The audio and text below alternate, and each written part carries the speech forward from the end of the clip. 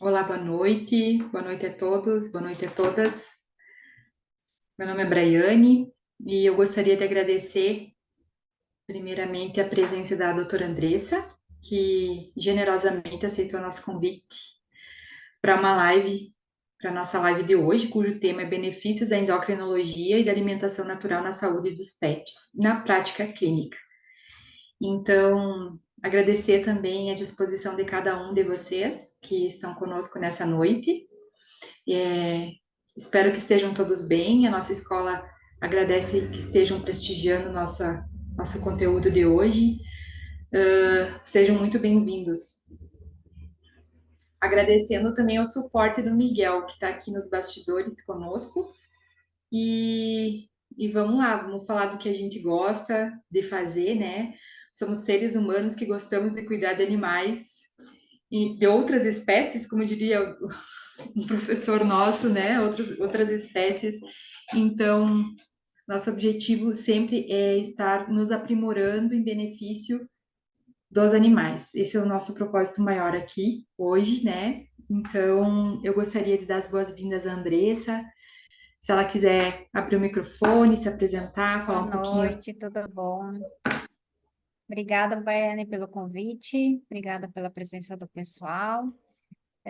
Eu agradeço a oportunidade de conversar um pouquinho com vocês sobre a minha rotina, né, dentro desses temas que você estipulou aí para a live, né, e realmente acho que dentro do que a gente percebe na rotina clínica de pequenos animais, e talvez cada vez mais em felinos também, mas em cães já massivamente, né? São dois fatores aí preponderantes, né, na rotina atual, que são as síndromes metabólicas, né, as alterações aí com fundo hormonal, ou seja, tudo, né, porque tudo é coordenado, né, é orquestrado aí por hormônios. E, sem sombra de dúvida, o quanto que a alimentação impacta, né, em tudo isso. E eu acho que é um tema bem abrangente e como vocês quiserem conduzir aí dúvidas, questionamentos, a gente vai abordando isso para vocês conseguirem fazer essa correlação, né? Ok, nós vamos ir conversando aqui. Quem quiser se manifestar, participar, se expressar, por favor, sinta-se à vontade. Podem nos mandar pergunta no chat ou podem abrir o microfone também, porque a nossa ideia aqui é fazer uma troca, né, doutora Andressa, que seja bem dinâmico. Então, quem quiser fazer pergunta, é só abrir o microfone, dar um oi para a gente aí, que a gente dá o espaço para todo mundo falar um pouquinho, tá bom? Quem já tem experiência, quer acrescentar, quem quer perguntar. E eu gostaria de perguntar, a Andressa, ela já tem pós-graduação em endocrinologia, além de ter doutorado também. Conta um pouquinho do teu currículo, por favor, para as Sim, pessoas. eu iniciei há muitos anos atrás, não vem ao caso quantos anos, mas de qualquer forma eu iniciei na clínica médica mesmo, né? Eu trabalhava no início, o meu mestrado foi já voltado para uma área não típica, ainda mais para a época, né? Eu fiz a minha primeira pesquisa com o uso do laser em alterações articulares, né? E no mesmo período que eu me matriculei na minha primeira pós-graduação, de especialização, que foi de medicina chinesa. Na ocasião, o Instituto Bioéticos abriu uma turma em Porto Alegre, né? E aí isso facilitou que eu conseguisse conduzir de forma mais tranquila o mestrado e a pós-graduação em conjunto, né? E de lá para cá eu só parei, né, ano retrasado, no meu sexto ano de pós-doc. Então, eu fiquei na pesquisa por muitos anos, né? Eu terminei o meu mestrado com essa pesquisa usando a fisioterapia, a reabilitação, né? Depois eu terminei a medicina chinesa e a acupuntura no Instituto Bioéticos também. Passei para o doutorado, aqui também na Universidade Federal de Santa Maria. E ali a gente começou a fazer uma pesquisa muito mais já voltada para essa questão das alterações celulares, né? Porque quando a gente fala em hormônio, quando a gente fala em alterações metabólicas ou endocrinológicas, a gente tem que entender que a gente está falando de sinalização celular. Hormônio nada mais é do que um sinalizador celular, né?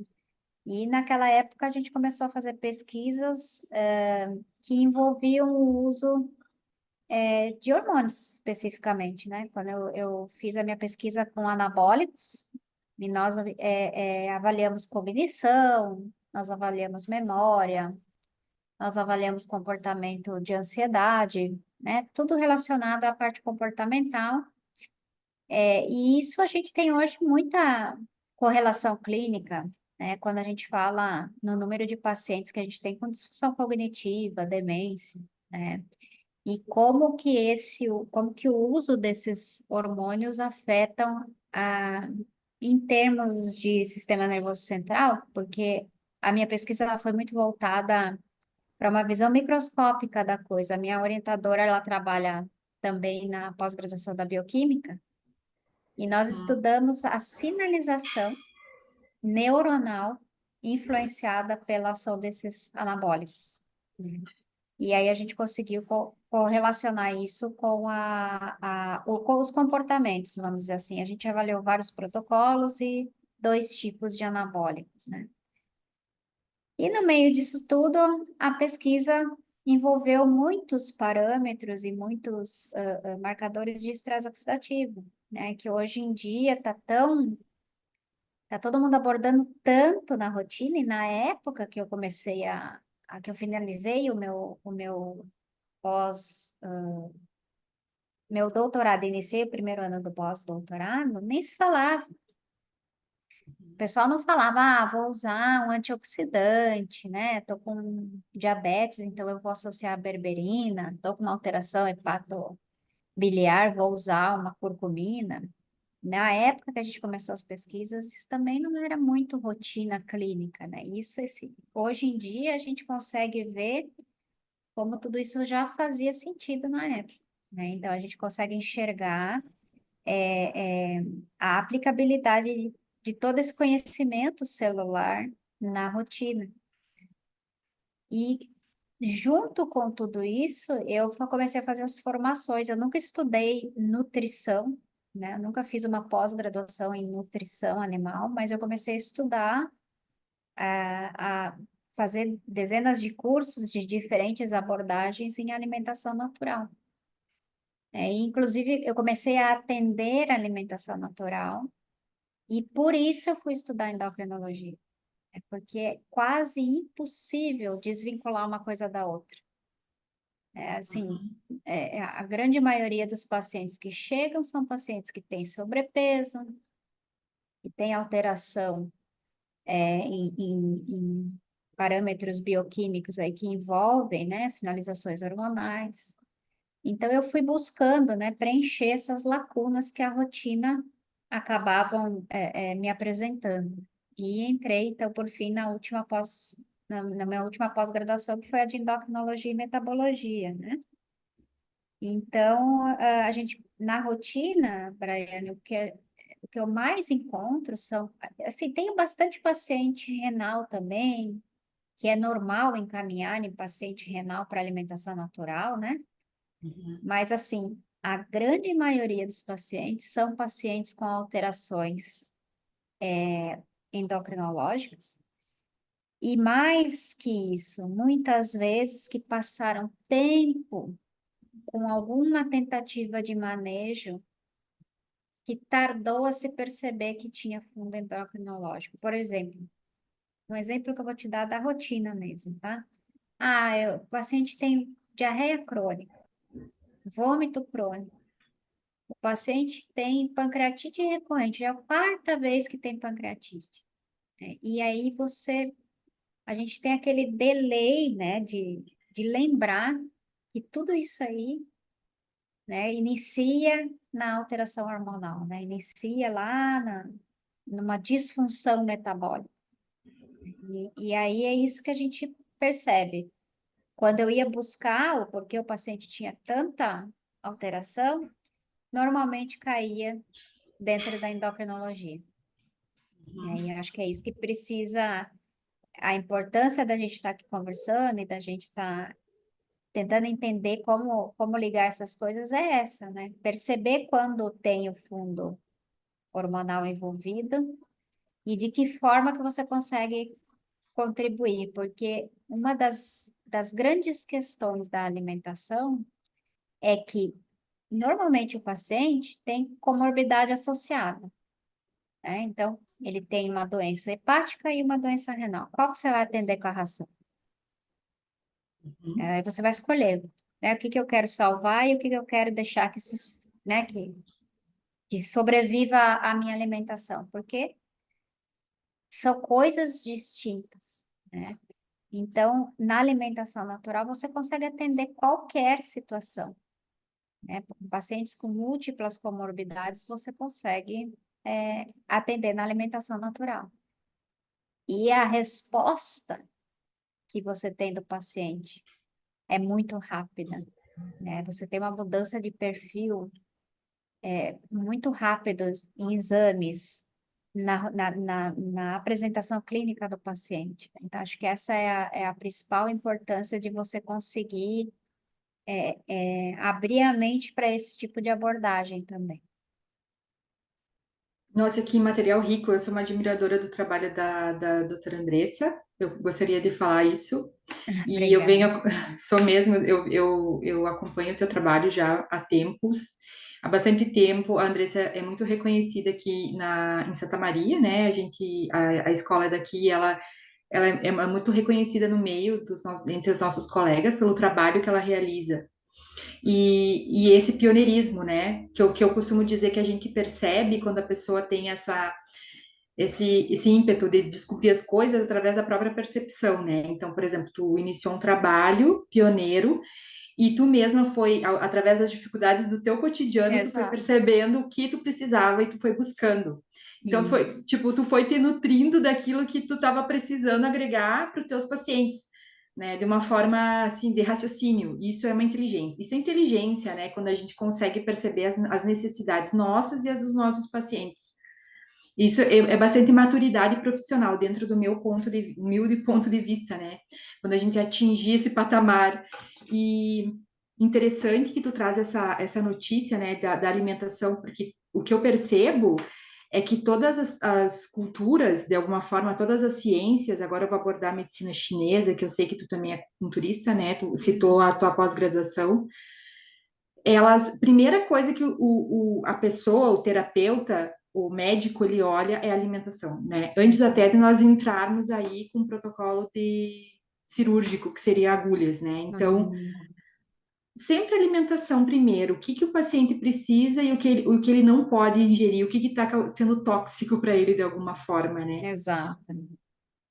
Então, às vezes, tu só retirar um elemento já melhora a saúde, né? Um elemento que ele está Com ingerindo. certeza. Com certeza. A gente tem que ter em mente que não existe, em termos nutricionais, né? Quando a gente está falando em índices, né, de minerais, de vitaminas, de aminoácidos, eles estão atendidos, né? Mas a gente tem que lembrar que toda alimentação, para nós ou para eles, né, muito processada, ela vai sofrer modificação. Então, eu tenho lá o elemento, mas esse elemento está ou não modificado pelos processos, né?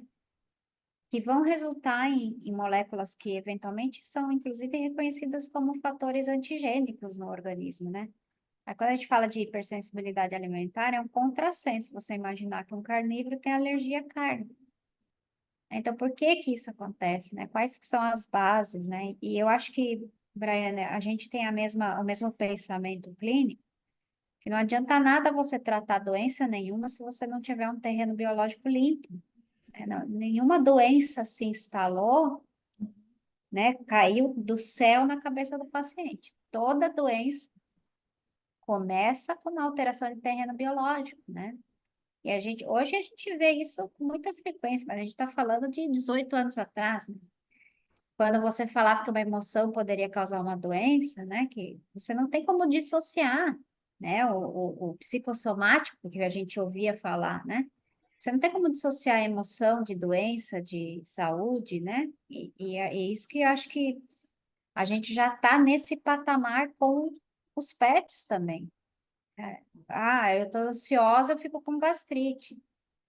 Quantos cães você faz uma ultrassonografia e tem espessamento de mucosa, lambe a pata porque está tentando desesperadamente, né, tamponar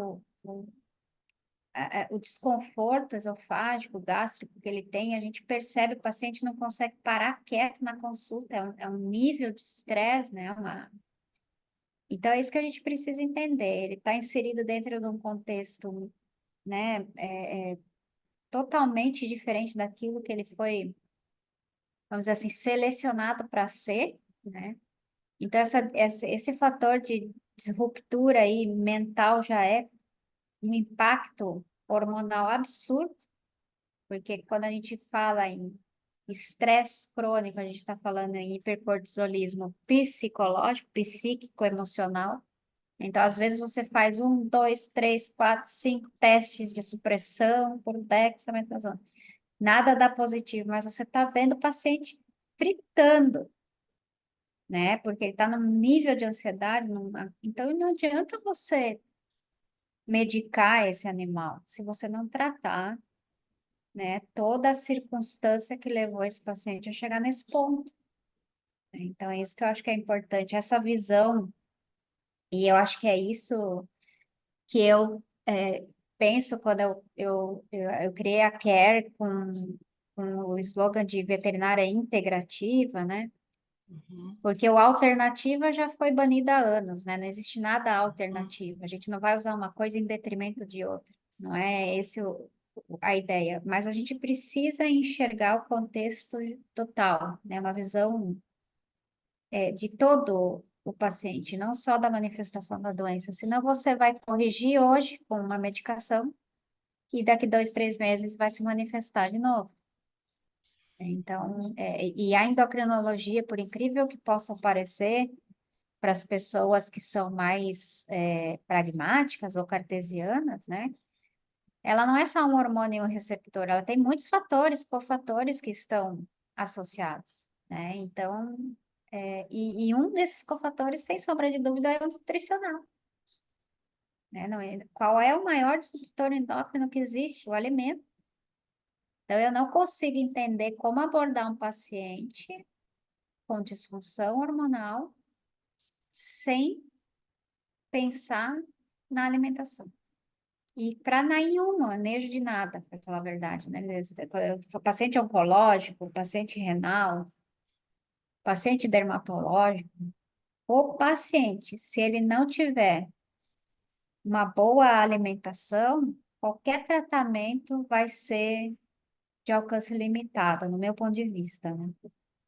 E a tua percepção, assim, com relação às academias, o que que é qual é a maior limitação hoje, quando a gente está falando nesse, porque eu tô falando, eu não estou entrando numa discussão, não é esse o objetivo da live, né? É só Uhum. simplesmente uma avaliação. Porque a academia, pelo menos a academia que eu venho, não tem esse olhar, e eu também percebo que a endocrinologia não tem um lugar adequado, como É, deveria. Então eu percebo qual é a limitação dos nossos professores ou da ciência em si. é, Qual é a tua percepção sobre isso? é muito difícil a gente, é bem o que você falou, quando a gente está na faculdade, né, e quando a gente está na pós-graduação também, a gente fez pesquisa também, que eu não citei antes, mas a gente fez pesquisa com ozônio, nossa senhora, tinha professor que teve ataque, né, de desespero dentro da instituição, porque não aceitava aquilo acontecendo, né? Então, assim, é muito difícil você quebrar alguns paradigmas, né? Eu percebo que dentro da endocrinologia, isso é muito forte mesmo. Porque ela é primeiro, uma especialidade que tem pouquíssimas pessoas interessadas, porque ela é realmente muito pesada em termos teóricos. Ela não é uma pós-graduação. Acho que, para ser sincera, pior que isso, só intensivismo, né? Que aquilo ali sim é uma coisa sobrenatural. Mas assim, é uma coisa difícil mesmo, não tem. Eu estudei 18 anos e estou falando para você, é difícil a endócrina. E eu acho que a maior dificuldade é justamente essa, você conseguir entender a endocrinologia na minha visão. A minha dificuldade foi essa. Porque lê lá que o receptor hormonal na célula atua de jeito X ou de jeito Y, isso é teoria, está lá escrito, todo mundo já falou, todo mundo já faz, né? O paciente está com tal doença, usa tal remédio, mas para mim essa visão nunca existiu em nenhuma das pós que eu estudei. Eu sempre preciso buscar o porquê que não está dando certo do jeito que estão falando que é para fazer. Eu não, aquela frasezinha não tem nada mais a ser feito não existe. Sempre tem alguma coisa que você não está vendo. Eu acho que essa que é a dificuldade, você tentar buscar sair daquela coisa, aquela receita de bolo, né? Eu vou fazer esse teste, vai dar tal número, esse paciente tem que tomar tal dose dessa medicação por tanto tempo, eu vou repetir o teste. Isso, eu acho que a gente já tem que sair dessa coisa, né? A gente tem que entender o paciente como um indivíduo único, que tem uma apresentação única da doença e que vai responder de forma específica à sua condição terapêutica. Então, nesse aspecto, a endocrinologia, ela ainda é muito... E a endocrinologia, ela é muito ligada à alimentação industrializada, muito ligada mesmo. Ela é bem pragmática, né? Se a gente está falando do cão diabético, então, meu Deus do céu, né? Tem que ser aquela ração, tem que ser... Só que o que eu começo a perceber na minha rotina, né? É aquele paciente que não vai querer comer aquilo ali. Aí você vai fazer, aí você começa, vamos colocar chuchu, vamos colocar um franguinho desfiado, né? Aí começa aquele parto para fazer o paciente tolerar aquele alimento, né? E na verdade, no meu ponto de vista, na minha percepção,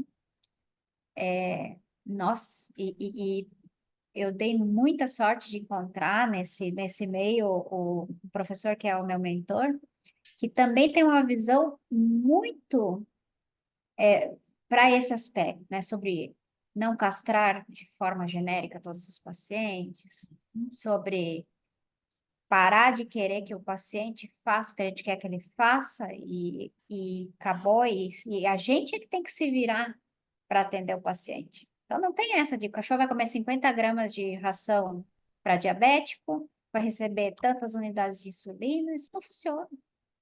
Ele não está lendo lá o receituário, ele vai comer o que ele quiser comer. É a gente que tem que se virar para deixar ele bem dentro do que ele está, vamos dizer assim, aceitando naquele momento. Porque senão a gente cria outros problemas, né? Maiores Uhum. ainda. E eu usei esse exemplo do diabético porque é muito frequente, o paciente não aceita e aí mandam para alimentação natural, né? Mas Entendi. assim, existe várias, né, situações, Breno, que dentro da endocrinologia ainda existe, e dentro da clínica geral, muito preconceito com a alimentação natural, muito mesmo. Então, a gente precisa ir desmistificando devagarzinho e, e eu acho que não pode ficar um enfrentamento, né? Quando você Uhum. falou, a gente não quer criar uma discussão, é exatamente isso. É criar esse ambiente de enfrentamento, eu sou contra a ração, eu não sou contra a ração, eu tenho paciente meu que eu prescrevo a ração, Uhum. né? E assim como eu tenho paciente que não é castrado, mas é isso que a gente precisa entender, o contexto, o indivíduo, e parar de fazer as coisas de forma automática e mecânica, e entender por que que você está falando para o paciente fazer aquilo ali. Né? É.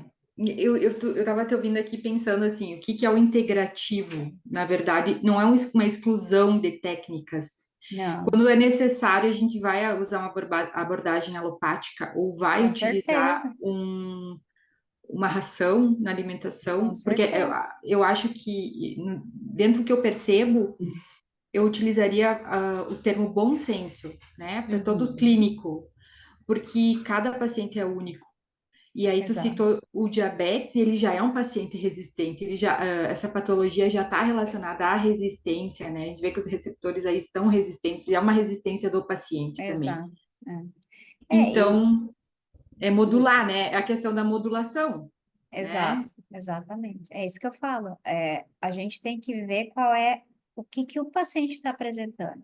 Nós, como profissionais da área da saúde, temos que dar a solução para o tutor. A gente não Uhum, pode criar um problema maior que a doença, uhum, né? E às vezes é isso que acontece. Eu tenho muito tutor que chega para mim em choque, assim, e nervoso com a quantidade de coisa. Eu não vou conseguir dar conta, eu não vou conseguir fazer. Eu não, sabe? Eles chegam assim muito sensibilizados, porque os diagnósticos normalmente são diagnósticos pesados, né?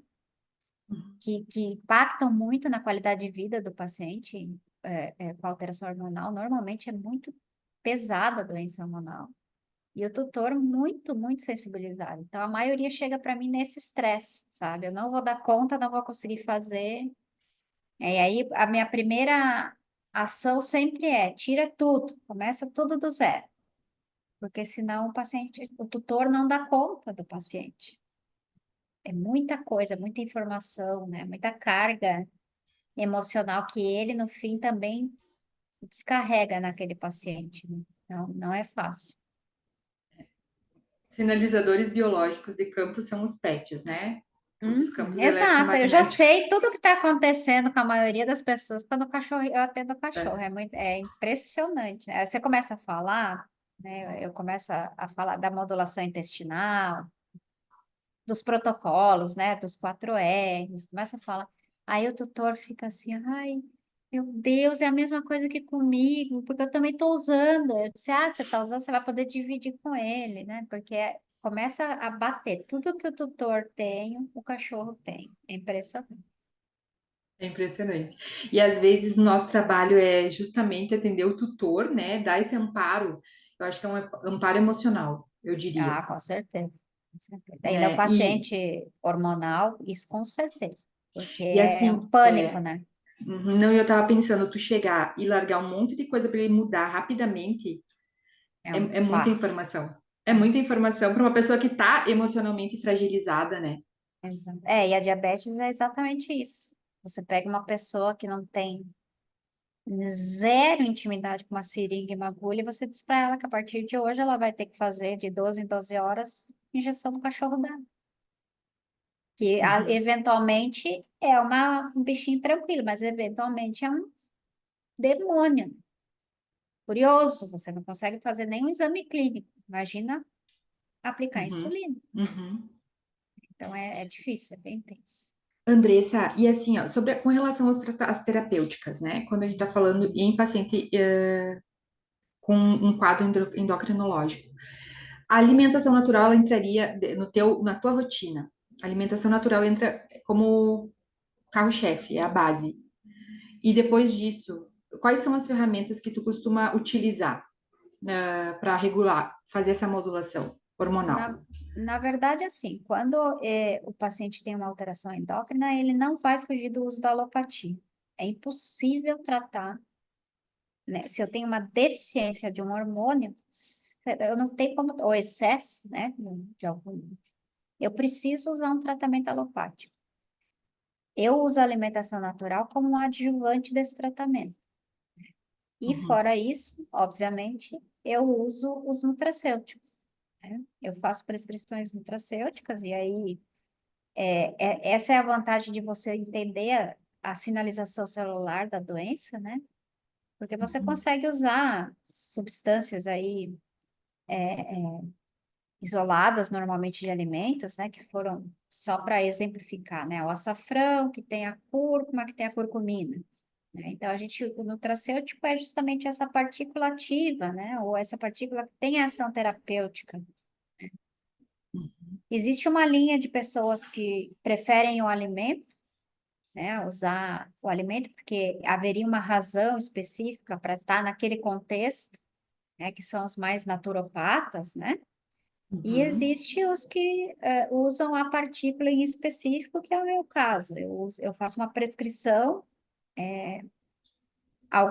Em algum tempo atrás, o pessoal falava muito em ortomolecular, né? Porque você usa minerais, você usa vitaminas, você usa os antioxidantes, existem várias categorias, né? Os polifenóis, os flavonoides, né? E por aí vai, curcuminoides. E você vai tentando modificar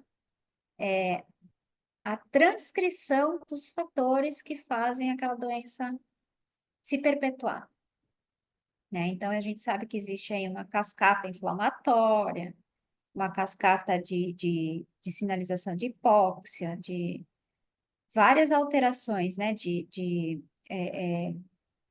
Equilíbrio ácido básico, tudo isso é sinalização celular que está acontecendo e modificando o ambiente biológico, né? Fazendo essa alteração metabólica. E os nutracêuticos conseguem modificar essa expressão, né? Então, e alguns alimentos também, né? A gente já tem, por uhum, exemplo, estudos aí com a alimentação cetogênica, né? Modificando a transcrição de fatores associados à atopia, né? Então, a gente sabe que isso acontece na transcrição, eu estou falando assim, nível celular, né? Não na manifestação da doença em si. Então, isso é muito forte, né? Você imaginar que você suprimir açúcar, né, pode modificar de forma tão impactante aí a sinalização celular, e pode. Então, os nutracêuticos, uma das minhas publicações, inclusive, foi com o uso de curcumina no paciente diabético, que a gente tem uma melhor performance, vamos dizer assim, uma melhor estabilidade do paciente diabético, quando a gente associa a insulina e a curcumina, né? Porque a uhum. gente sabe que o órgão-alvo ali do paciente diabético é o fígado, né? E a gente tem uma ação aí muito potente da curcumina nos hepatócitos, né? É um órgão-alvo aí do sistema antioxidante, né? Principalmente o sistema glutationa, que precisa estar pelo, né, pela própria função metabólica dele de detoxificação, precisa estar num nível muito otimizado, né, desse sistema para não entrar em toxicidade ou em estresse, né? Por isso que o nome é estresse oxidativo, né? E vai sucumbir, vamos dizer assim, a esse processo de oxidação. Então, nesse aspecto, associar esses nutracêuticos é muito importante. Mas em outros pacientes que não endocrinológicos, eu ainda associo o Viscum, né? O Viscum pode ser usado, na verdade, em qualquer paciente que tenha alterações imunológicas também, né? Como, por exemplo, o paciente com hipercortisolismo, né? Que sofre aí de uma imunodeficiência marcada, né? A gente Uhum. consegue utilizar a viscoterapia também de forma adjuvante. E, assim, recursos que eu utilizo para esse tipo de paciente, essencialmente são esses. Uhum. Nós temos o grupo do WhatsApp, e depois, se tu quiseres compartilhar um pouco das tuas publicações para eu enviar para o pessoal, para os que Ah, estão claro, posso. participando, Sim, com certeza. gostaria de Ah, disponibilizar para fazer, né, para fazerem a leitura aí do teu lógico, trabalho, das tuas publicações. com certeza, mando sim. Eu vou aproveitar aqui, acho que a gente tem uma pergunta ou um comentário da Daniela, da Dani Máximo, que ela diz assim: vejo muito isto na minha rotina, atendo como Nutri e até Muitos com pacientes endócrinos, né? endócrinos. Dani, se tu quiser compartilhar um pouquinho, eu sei que a Daniela trabalha com alimentação natural também. Ah, que ótimo. Com certeza a vida dela é isso aí, né? Ela pega muito paciente com disfunção metabólica, né? E acaba sendo a grande rotina dela, com certeza. Ela quer abrir o microfone, Dani, e conversar com a gente um pouquinho, compartilhar, seria um prazer aqui te ouvir também, ouvir tua experiência. Boa noite, Boa né? noite. Eu percebo muito na minha rotina. A gente recebe pacientes já que passaram, o Nutri é o último, né? Deveria ser o Sim, primeiro, exato. mas Quando ele tentaram tudo já, né? Isto. Então aí, ai, vai lá na Nutri porque ela vai resolver o seu problema. Por quê? Porque o animal não está comendo, né? Qual é a maior dor do proprietário? Sempre. O animal não se alimentar. Não comer. É. O desespero Então, maior sempre, né? isso. Então, chega para mim também lá já a pessoa super fragilizada, isso mesmo que você É, falou. Eu me vi, é, né, exato. no que você estava É, dizendo. e E, na mesma proporção, o alívio, né? Muito recompensador, porque a pessoa, sim, né, já manda um vídeo, né? Feliz porque o paciente comeu, nossa, porque é sempre é uma... é emocionante. É, É muito verdade. bom, é muito bom. E assim, endocrinologia, eu estou fazendo uma pós, inclusive, porque eu Ótimo. comecei a sentir Essa muita necessidade. falta. Isso, Perfeito. porque vem encaminhado, mas não vem diagnosticado, Exato. É, né? Ou subdiagnosticado. E exato. aí eu ficava naquela situação, né? O que fazer, né? Então eu falei, não, eu vou ter que me enveredar mais nesse caminho aí para poder ajudar mais os pacientes. E aí, quando Exato. você faz um diagnóstico perfeito e você entra mesmo com os nutracêuticos, nossa, a resposta é quase que imediata mesmo. Uhum. É, Então, eu sou apaixonada é muito por bom, né? isso. É muito bom. Eu acho que tudo é isso aí. Na verdade, tudo se resume a essas duas. Não é que tudo se resume, mas se você for parar para pensar, hormônio coordena tudo, né? Sim. E alimento, o que você vai falar de alimento, né?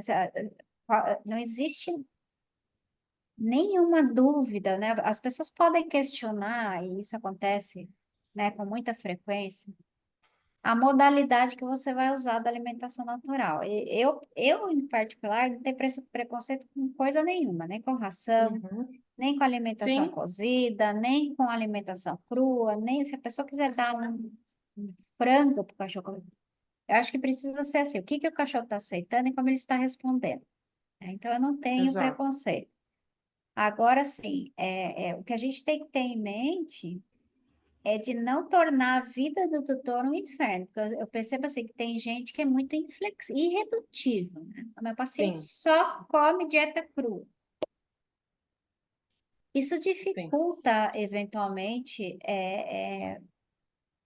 e eu acho que cria, de certa forma, também uma barreira com muitos colegas, né? Porque a partir do momento que você perde a capacidade de se comunicar com o clínico, né? Aí você está transformando tudo num problema maior, talvez, do que o inicial. Porque o tutor já não sabe mais o que fazer. E você vai dizer para ele fazer uma coisa, o clínico vai dizer para ele que isso é ruim, e vai Uhum. criando aquele ambiente de insegurança, né? Então, eu sou uma pessoa que tenho facilidade em atender, por exemplo, a linha de pensamento do veterinário clínico. E por que que eu falo isso? Porque você não precisa criar uma batalha com ele. Você precisa fazer o melhor dentro daquilo que ele vai conseguir lidar, né? E que o Aham. tutor vai conseguir fazer. Isso é. Eu já tive tutor de paciente meu que sentou respirando acelerado porque achou que eu ia mandar dar comida crua, né? Eu digo, é, então eles têm, é difícil mesmo. Eu falo assim, mas olha, não Ficou tem nervoso. nem 1% dos meus pacientes, porque não é todo tutor que tem estrutura para encarar uma dieta dessa, né? Talvez a falta de aceitação do veterinário clínico é um fator que a gente precisa levar em consideração. Então, a primeira pergunta que eu faço sempre é: o veterinário dele está de acordo com a alimentação? Está tudo certo? Porque isso é fundamental, né? A gente não trabalha sozinha, né? O paciente, ele é um paciente que vai precisar de outras especialidades e a gente precisa respeitar também esses posicionamentos. É da mesma forma que eu faço com que eles respeitem a minha condução, né? Quando eu estou trabalhando com um paciente, eu não tolero muito que as pessoas venham para cima de mim com aquela coisa assim, ah, isso aí é culpa da alimentação, porque Uhum. acontece com bastante frequência. Né? A gente tem Muito que pacientes com doenças crônicas degenerativas que, a partir do momento que coloca um pedaço de frango na boca, não tem mais a doença. Tudo passa a ser culpa da alimentação. exatamente, eu sinto isso também, porque o cachorro come ração e fica doente. Olha que gozado.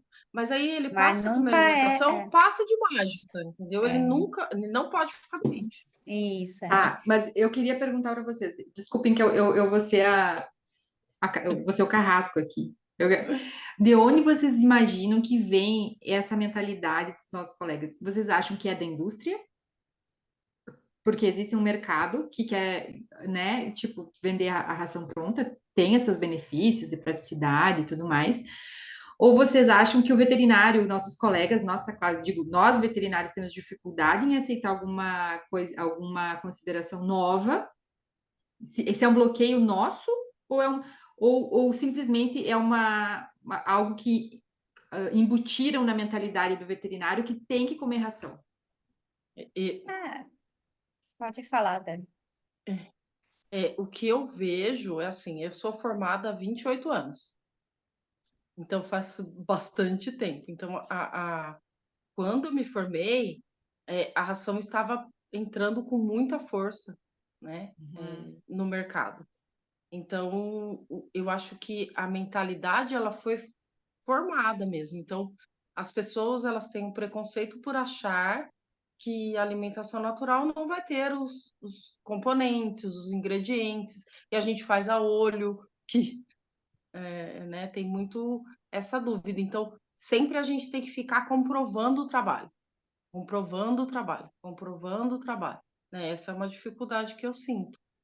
Então, mas com certeza, isso foi incutido, dentro da faculdade. Os veterinários se formam já achando que a ração é linda, maravilhosa, e que é aquilo que o animal tem que comer. Então, É, eu me a, formei assim. a gente tem uma disciplina só, né? Você vê muito engraçado isso, porque, pelo menos na minha época da faculdade, a gente tem uma disciplina só sobre esse tema e ela é muito voltada para grandes animais, né? Grandes. Como se a gente não tivesse um impacto tão violento da alimentação nos pequenos. Mas eu, nutrição de pequenos, eu realmente, se eu tive alguma coisa na faculdade, eu me esqueci, porque o que a gente tem depois lá na clínica, né, é que o pessoal fala, para esse tipo de doença, a alimentação ilegal é essa aqui, né? E uma dos principais, assim, ó, que eu percebo em termos de que o meio vai formando uma opinião, né? Assim, que você já não sabe mais nem por que que você está indicando aquilo, mas como todo mundo faz, como, né, está escrito Uhum, ali, eu vou fazer assim. É a ração com baixa gordura, não vou falar aí o nome para não ficar parecendo que a gente está falando de alguma marca, né? Não, não, nem Mas podemos, na Deus verdade, me né? livre, é. Mas o que uhum. acontece assim, dentro do contexto alimentar, das categorias, né, você tem proteína, gordura, e carboidrato. Qual é o índice que está, vamos dizer assim, mascarado lá no ração? Não tem escrito no rótulo de nenhuma ração, de nenhum alimento, teor de carboidrato. Né? Não Então, tem. assim, a pessoa tem que saber fazer lá uma conta para conseguir saber quanto de açúcar tem naquele saco de ração, né? Porque não está escrito lá quanto que tem. E aí você tem que entender do processo de produção da ração. Se você baixa o teor de gordura, qual é a fonte que a indústria usa para fornecer caloria? E aí você está Carboidrato. tentando tratar um órgão, né, que está sobrecarregado em termos metabólicos, alimentando o paciente com um alimento com excesso de açúcar, excesso de carboidrato. Então você, né, é isso que eu acho que é difícil da pessoa entender. né? O quanto que você, a longo prazo, por isso que volta, né? Ah, no início foi bom, depois começou a piorar de novo.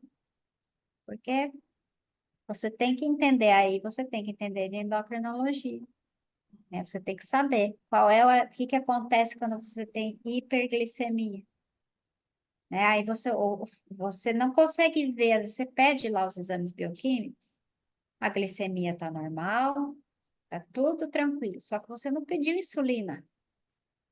Aí você vai pedir insulina, tá fritando, porque para conseguir, o cachorro ele tem uma resignação da hiperglicemia absurda. Então, assim, para o cachorro ficar diabético, o pâncreas tem que estar assim, extremamente exausto. Porque você tem a tal da, para nós, inclusive, existem índices, né, de resistência insulínica, tudo mais, mas no cachorro você tem ou o cachorro normal e saudável, ou o cachorro diabético. Mas quanto tempo ele ficou em resistência insulínica? Quanto tempo ele ficou em hiperglicemia e insulina alta para chegar naquele ponto, né? E isso tudo você tá. E eu não estou falando só para o cachorro, só da ração. Qualquer criança hoje em dia não tem essa agora, que é com 3 anos que pode comer açúcar, sei lá eu quantos anos que pode, né? Porque ninguém, nenhuma pessoa ou profissional, a coisa acha que açúcar é saudável, né? Então a gente precisa começar a entender o perfil glicêmico da ração. As pessoas me dizem assim, ah, mas você só fala de tal ração, né? Você gosta só dessa. Mas é porque você tem que olhar a estimulação insulinêmica do alimento. Quando você conseguir compreender que o perfil de uma ração para outra, que a gente tem ração com 50 e poucos por cento de carboidrato, tem ração com 22, 27, escolhe o que você quer dar para o seu cachorro. Você escolhe o que você vai almoçar, né? Então, só que é isso que eu falo. Quer discutir? Discute não baseado no que os outros estão fazendo, sem você saber.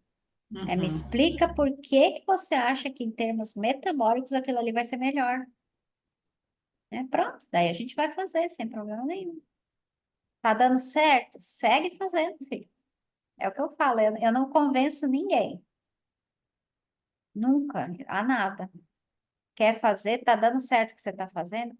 Maravilha. Se não tá, daí a gente tem que buscar, né? Por que que não tá? É que o buscar dá é aquela história, a zona de conforto. Nós, seres humanos, temos essa dificuldade, né? Agora eu tô olhando pro lado, assim, um pouco pro lado pessoal, humano, não só profissional. Mas nós ficamos numa zona de conforto, onde a gente recebe informações e a gente repassa. Mas poucas pessoas vão em busca de conhecimento, de informação, de estímulo, né, de estimular novas ideias, ter outros olhares, né? E às vezes não são olhares novos. A gente que trabalha com acupuntura é uma ciência de 2000 anos atrás, gente. E aí as pessoas vão dizer que é algo novo, mas né, é milenar, tem Assim, milênios. a mesma coisa, né, Brenda?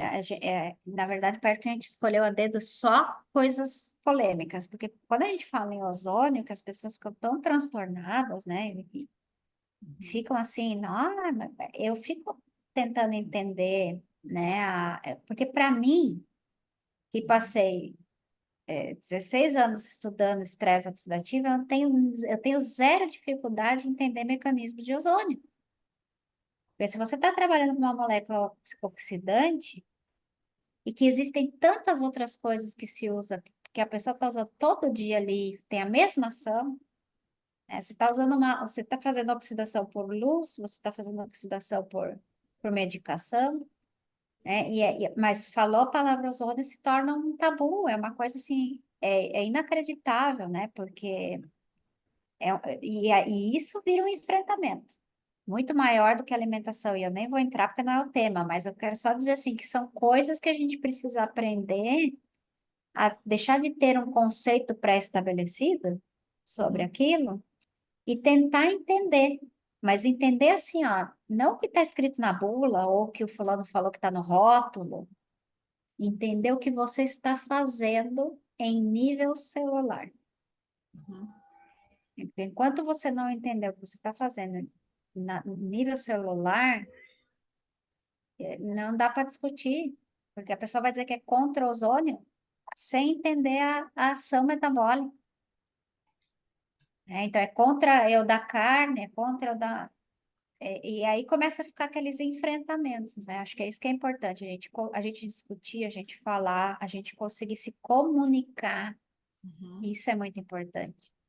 Para devagarzinho, eu já dei muitas aulas na universidade, a convite de professores lá, porque eles estão começando a perceber, né, essa corrente, essa vertente aí, de outras terapias, né, de outras alimentações, né, é um caminho sem volta. Quem ficar Uhum. batendo pé, tem a parcela de mercado que vai ser atendida por essa pessoa, mas inegavelmente tem a parcela de pessoas que querem essa outra visão. E eu acho que tem mercado para todo mundo pode se respeitar. Esse respeito é fundamental, né? Nós estamos É, trabalhando em conjunto aqui e esse é o nosso objetivo. Como eu falei isso no aí. início da live, quando a gente traz uma metodologia de ensino ou traz uma informação ou alguém que tem experiência numa área, numa determinada técnica para ensinar, a ideia é a saúde do pet. Esse é o objetivo, o propósito, né? Muito além de discussão, como eu disse, não quero enfrentamento nem discussão, não é tampouco esse o objetivo. Mas a gente é fazer o nosso trabalho, mostrar, e que bom que tem pessoas que fazem a pesquisa, como a Andressa, né? Que já está publicando, tá gerando artigo, que a gente possa argumentar com as pessoas, mostrar de uma forma técnica que também elas possam se sentir seguras, né? Eu entendo o lado da, assim, no sentido que às vezes a gente tem uma insegurança porque é alguma coisa nova.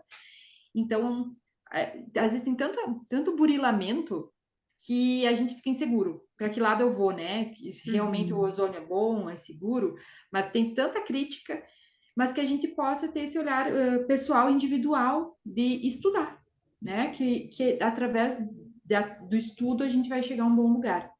Isso. Obrigada, Andressa. Obrigada. Imagina, eu que agradeço. Até mais, pessoal.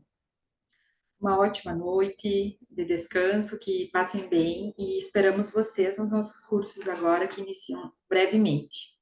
Tá? Um abraço e até logo.